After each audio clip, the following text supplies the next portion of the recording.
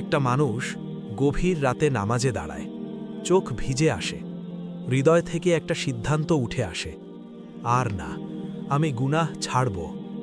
ঠিক সেই মুহূর্তেই অদ্ভুতভাবে মনটা অস্থির হয়ে ওঠে, পুরনো স্মৃতি ফিরে আসে, গুনাহ আবার সহজ মনে হয়। প্রশ্ন জাগে, আমি তো ভালো হতে চাইছিলাম, তবুও কেন এত বাধা? এই প্রশ্নের উত্তর আছে, আর সেই উত্তরের নাম শয়তান।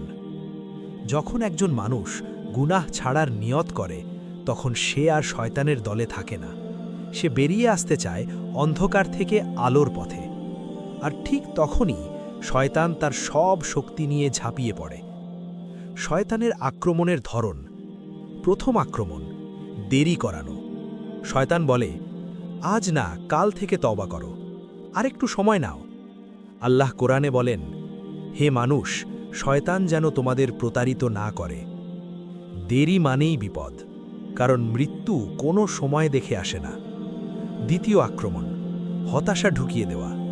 শয়তান ফিসফিস করে বলে, তোমার এত গুনাহ, আল্লাহ কি মাফ করবেন? কিন্তু আল্লাহ নিজেই জবাব দিয়েছেন, সূরা জুমার আয়াত 53, আল্লাহর রহমত থেকে নিরাশ হয়ো না। হতাশা শয়তানের সবচেয়ে বড় অস্ত্র। তৃতীয় আক্রমণ, গুনাহকে ছোট দেখানো। এটা তো ছোট গুনাহ, সবাই করে। রাসূল সাল্লাল্লাহু আলাইহি ওয়াসাল্লাম বলেছেন, ছোট গুনাহ থেকে সাবধান হও, কারণ এগুলো জমতে জমতে ধ্বংস করে দেয়। সহিহ মুসলিম। আল্লাহ বলেন, সূরা আরাফ আয়াত 16-17, শয়তান বলেছে, আমি তোমাদের সরল পথে বসে থাকব। মানে, যখনই তুমি ভালো পথে হাঁটবে, শয়তান সেখানেই অপেক্ষা করবে। রাসূল সাল্লাল্লাহু আলাইহি ওয়াসাল্লাম বলেছেন, শয়তান মানুষের শরীরে রক্তের মতো প্রবাহিত হয়। সহিহ বুখারী ও মুসলিম। মানে, শয়তান দূরে কোথাও নয়, সে খুব কাছেই থাকে। আপনি খেয়াল করেছেন, যেদিন নামাজ ঠিক করতে চান সেদিনই ঘুম বেশি আসে, যেদিন গুনাহ ছাড়তে চান সেদিনই পুরনো নেশা জেগে ওঠে। এটা কাকতালীয় নয়, এটা শয়তানের আক্রমণ।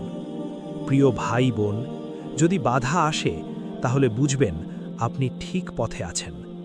শয়তান কখনো হারানো মানুষকে টানে না, সে টানে সেই মানুষকে যে আল্লাহর দিকে ফিরতে চায়। আজ ভয় পাবেন না, পিছু হটবেন না, নিয়তটা শক্ত করুন। আল্লাহুম্মা আইজনা মিন শাররিশ শাইতানির রাজিম ওয়া সাব্বিত কুলুবানা আলা দীনিক ইয়া মুকাল্লিবাল কুলুব। আমিন ইয়া রাব্বাল আলামিন।